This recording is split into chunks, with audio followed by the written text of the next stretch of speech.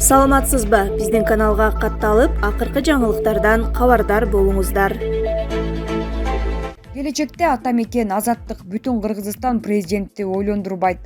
Ар бир шайлоонун табияты ушундай. Башталганда эле кайсы лидерлердин партиялардын даңганы алыс ыргый баштаганы байкалат. Азырынча ата-мекен азаттык бүтүн Кыргызстандын эл менен жолугушуулары ири талкууларды түзө башташканы кеп болууда. Учкундан жалын тутунат дегендей. Аламандын астында Өмүрбек Текебаев, Ахматбек Келдибеков, Адахан Мадумаров баштаган карт бүрүлөр капсалаң салууга киришишсе, шайлоонун марасына келгенде элестете бергиле. Албетте оппозициялык партиялар өтүп келиши керек. Тең салмактуулук үчүн эң башкысы парламенттен сырткары президент Садыр Жапаровдун командасында эски душмандарга каршы оор калибрдеги саясатчылар, чыгаан журналисттер бир муштумга түйүлө алышабы? Кеп ушул жагында. Азырынча баары бир кылка таризде кетип аткандай, натыйжада чыныгы саясий күрөш башталганда жогорку кеңешке жалаң үлөктөр келип алышса аягы кандай болот? Эмесе президент айланасына белдүү жигиттерди командага алууга мезгил келди го. Булак Азия News кезети. Сүйүнчү Айпери Медет кызы күрөш боюнча 23 жашка чейинкилер арасында дүйнө чемпиону аталды. Мекендешибиз Айпери Медет кызы Сербиянын борбору Белградта өтүп жаткан 23 жашка чейинкилер арасындагы күрөш боюнча дүйнө чемпиондугунда алтын медаль тагынды.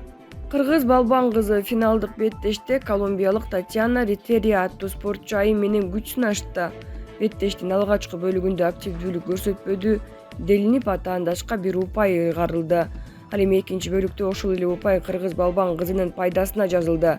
Эсеп сандары 1-1 болуп турганда Айпери Медет кызы каршылаштын артына өтүп, 2 упай иштеп тапты. Муну менен эсеп 3-1 болуп мекендешибиздин жеңиши менен аяктады. Эске салсак, Айпери Медет кызы дүйнө чемпиондугунда алгач эквадордук балбанды, андан кийин индиялык балбан кызды мөөнөтүнөн мурда жеңип, жарым финалга чыккан. Жарым финалда америкалык балбан кыз менен кез келип, атаандашын 8-0 эсебинде жеңип алган. Айпери Медет кызы Токиодо өткөн 32-чи жайкы Олимпиада оюндарынын катышуучусу, жакында эле Норвегиянын борбору Осло шаарында өткөн күрөш боюнча дүйнө чемпиондугунда коло медаль тагынган. Ошондой эле бир катар эл аралдык мелдештердин байгелүү орундарынын жеңүүчүсү. Булак супер чекитке ийже. Баев кести оңдоого башкалар эмес, тажиктер келгени 10 эсе айбирни. Ата-мекен партиясынын үгүт кербени энергетиктердин шаары Каракөл шаарында болду. Жолугушууда партия лидери Өмүрбек Текебаев шаардын уникалдуулугу тууралуу айтты. Каракөл уникалдуу шаар, Каракөл энергетиктердин шаары, экономиканын жүрөгү, келечеги. Анткени бул жерде энергетикабызды иштете ала турган тажрыйбалуу адамдар жашайт. Бул шаарга өзгөчө статус берип, эли башка жака кетпегендей шарт түзүшү керек. Тилекке каршы учугубуз үзүлүп, ата-бабабыз берген тажрыйбаны жаштар ала албай, байлыгыбыздан кол жууганы турабыз. Кечинде мейманканага токтосом, кести ремонттогону Тажикстандан адамдар келишиптир. Башкалар эмес, тажиктер келгени 10 эсе айбирна. Эмне үчүн коңшулардан адис алып келип, кести жасатышыбыз керек? Өзүбүздүн жаштарга берип, жумуш менен камсыздабайлыбы? Энергетикалык потенциалыбызды коңшулардын колуна бергенибиз чыккынчыга тете кадам. Электр энергиясынын баасы турмуштагы мааниси күндөн күнгө өсүп жатат. Биздин кестер Кудай берген суу байлыгыбыз Кыргызстанды 1000 жылдарга электр энергия муктаждыгын жабат деп айтты Текебаев. Каракөл шаарынын тургундары ата-мекенчилерди жакшы маанайда узатышты. Ата-мекенчилердин кийинки үгүт сапары Токтогулга багыт алды. Булак чындык чекит медиа. Кабулда 5 күн жүрүп келген Масадыков Ооганстандагы акыркы кырдаал тууралуу айтты. Бишкекте 4 ноябрда эл аралык эксперттердин катышуусунда Ооганстандагы кырдаал талкууланды.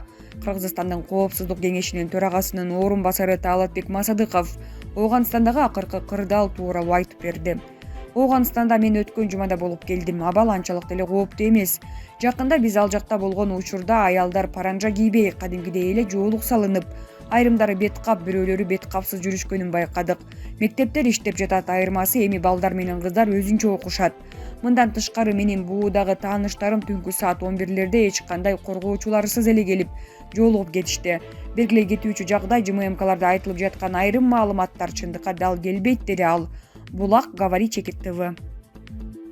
Садыр Жапаров бүткүл дүйнөлүк бажы уюмунун башкы катчысы менен жолугушту. Президент Садыр Жапаров борбордук Азия Европа биримдиги эл аралык экономикалык форумдун алкагында бүткүл дүйнөлүк бажы уюмунун башкы катчысы Кунио Микурия менен жолугушту. Бул туурасында президенттик администрациядан кабарлашты. Мамлекет башчысы бажы жол жоболорун жөнөкөйлөтүүгө, бажы тармагындагы кызматташтыкты күчөтүүгө кызыктар экенин белгиледи. Ушуга байланыштуу президент сентябрда бажы жол жоболорун жөнөкөйлөтүү жана шайкеш келтирүү жөнүндө эл аралык конвенцияга Кыргыз Республикасынын кошулуусу жөнүндө мыйзамга кол койгон.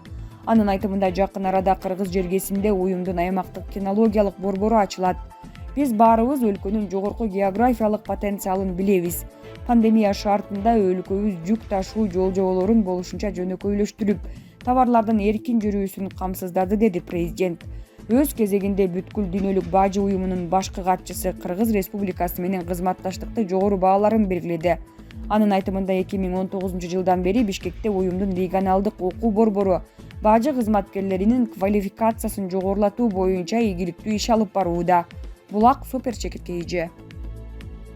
Кыргыз-Өзбек чек арасында эки өлкө тарабынан чек ара заставалары орнотулду. Баткен облусунун Кызыл Кыяк айылындагы Кыргыз-Өзбек чек ара тилкесинде эки өлкөнүн чек ара кызматкерлери шарттуу сызыкка жакын жерге заставаларды орнотуу иштерин жүргүзүштү. Бул тууралуу мамлекеттик чек ара кызматынан билдиришти. Улуттук коопсуздук кызматы тарабынан аткезчиликке каршы күрөшүү максатында аталган аймактагы чек ара күзөтчүлөрү үчүн контейнер орнотулат. Ал эми өзбек тарапка буга жооп иретиндей чек ара заставасын шарттуу сызыкка жакындатуу аракетин көрүп, аймакты тазалоого киришкен. 4 ноябрда эки өлкөнүн чек ара кызматынын өкүлдөрү сүйлөшүүлөрдү жүргүзүп, анда өзбек тараптын чек ара заставасын шарттуу сызыктан жылдыруу маселеси талкууланганы кабарланды.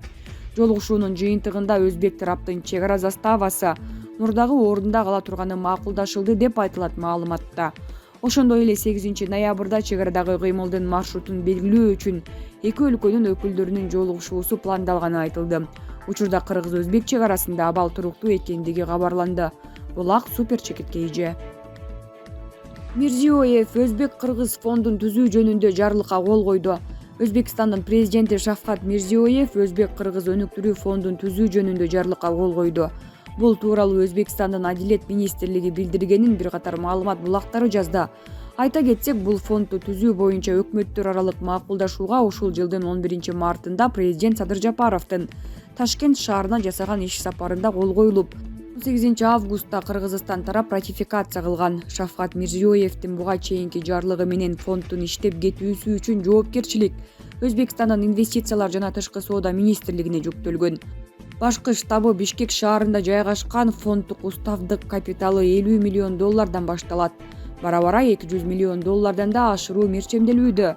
Фонд негизинен айыл чарба, жеңил өнөр жай, кайра иштетүү, тоо-кен тармагы, металлургия өнөр жайы, транспорт, курулуш, соода ишкерликти өнүктүрүү, энергетика инфратүзүмдү өнүктүрүү, туризм багыттары боюнча инвестиция салат.